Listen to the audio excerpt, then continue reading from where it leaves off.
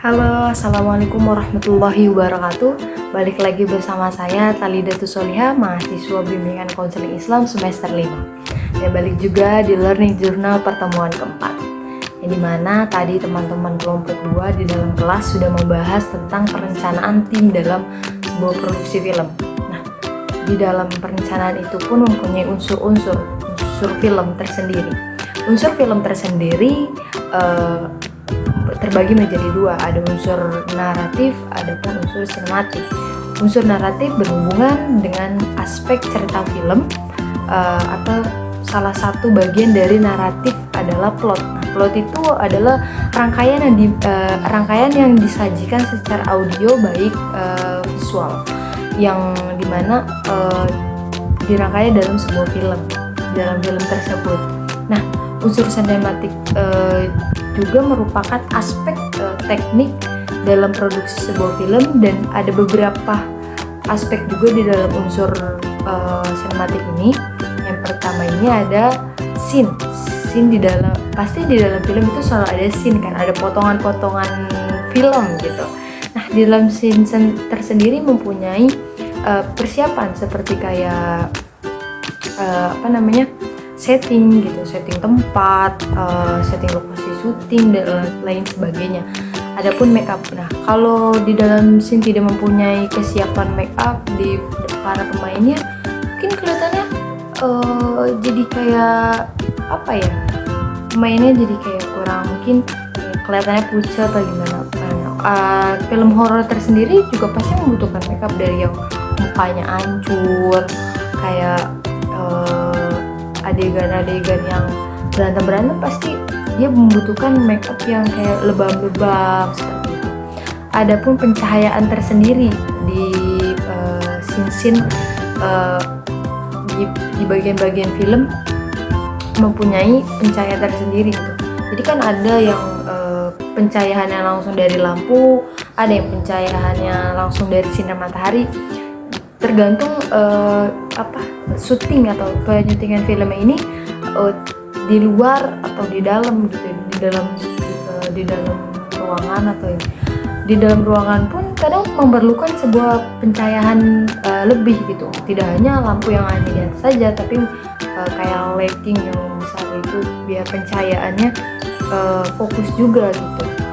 Kebanyakan kan film-film horor kan di luar gitu ya, hutan atau di mana, pasti ada yang langsung pencahayaan matahari sama pencahayaan sinar lampu yang sudah yang dibawa juga nih oleh para sutradara atau para produser yang lain gitu. Selain pencahayaan juga di dalam scene juga harus ada pemain. Kalau udah ada kalau tidak ada pemain ya tidak bakal jadi sebuah potongan film yang bakal ditayangkan di sebuah bioskop maupun di televisi gitu. Nah, yang kedua itu ada sinematografi. Nah, dari karya sinematografi ini dihasilkan dari paduan seseorang maupun kelompok yang mempunyai karya. Nah, adapun proses editing dan suara, jadi dari segala hal yang mampu kita rangkap melalui indeks pendengaran. Jadi ada editing suara juga. Jadi kalau misalkan pemain tidak bersuara, namanya kayak ada kan misalnya kayak film yang mungkin dubbing gitu ya, kayak film film kartun mungkin ya, kan banyak tuh yang gak bersuara gitu, yang harus diedit juga, suaranya harus difokuskan sesuai nggak nih sama apa yang udah di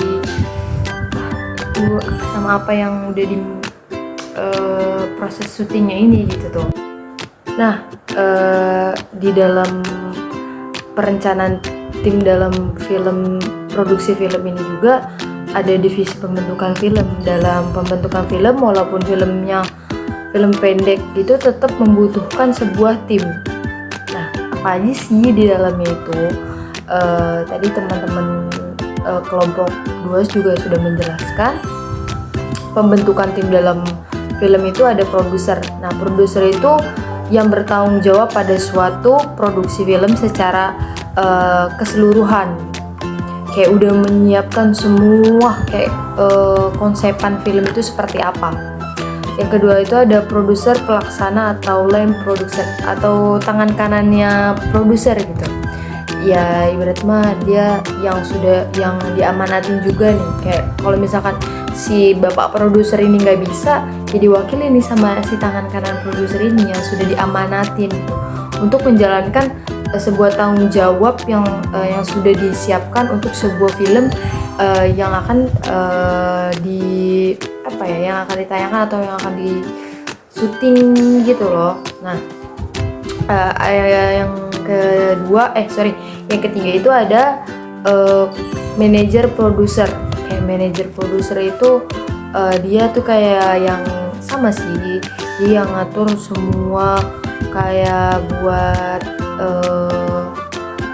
dari masalah keuangan atau masalah pemain, semua dari bentuk-bentuk kontrak pemain seperti apa ya diatur oleh si manajer ini nih, manajer produser atau unit produser. Adapun akuntansi produser ini dia di bagian keuangan, jadi dia yang mengelola keuangan dalam proses pembuatan film ini. Jadi kan pasti di mana-mana juga pembuatan film ini membutuhkan uang. Gak bakal berjalan juga kalau nggak ada sponsor ya. Ya pasti kan butuh alat yang canggih juga, butuh alat editing yang bagus juga, dan bayar pemain, aktris, aktornya juga dengan uang. Dan akuntansi produser ini yang mengatur semua keseluruhan uang, buat pakai bendaharanya lah ya gitu, yang megang semua keuangan gitu dalam pembentukan film ini. Adapun manajer lokasi itu biasanya dia yang ditanggung jawabkan untuk mencari sebuah lokasi syuting atau lokasi pembuatan film, baik di luar negeri, di luar kota, baik tempatnya itu seperti hutan maupun ruangan. Jadi manajer lokasi ini yang cari seperti apa konsepannya, juga mau gimana, tempat yang bagus seperti apa gitu. Adapun produser asisten tuh, jadi setiap produser pasti ada asisten ya, jadi dia yang ngebantu dan nge-backing produser yang lain gitu. Adapun sutradara, jadi dibutuhkan sutradara juga karena pasti dibutuhkan naskah, dan jalannya cerita ini diolah oleh si sutradara ini gitu. Jadi kalau nggak ada naskah, nggak ada narasi, nggak ada sutradara, ya nggak bakal jalan juga nih film gitu. Yang terakhir juga ada penulis. Kalau nggak tertulis juga nih ceritanya seperti apa, nggak bakal juga kan kebentuk sebuah naskah atau narasi gitu yang bakal dihafalin oleh para pemain gitu. Jadi penulis ini juga penting dalam sebuah film gitu.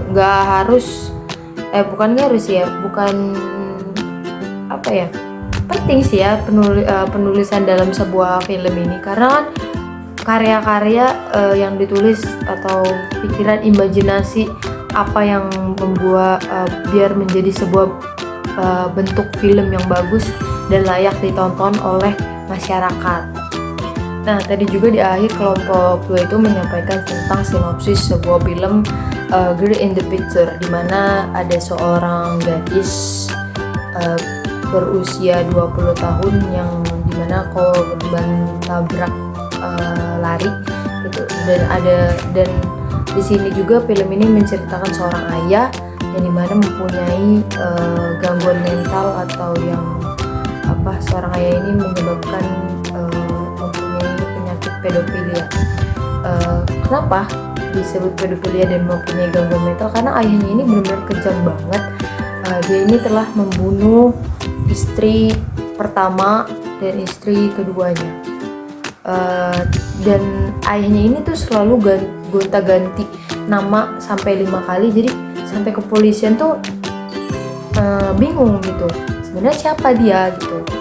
Ketika ditangkap sama polisi ini, ayahnya ini selalu ganti-ganti nama atau menyembunyikan identitasnya.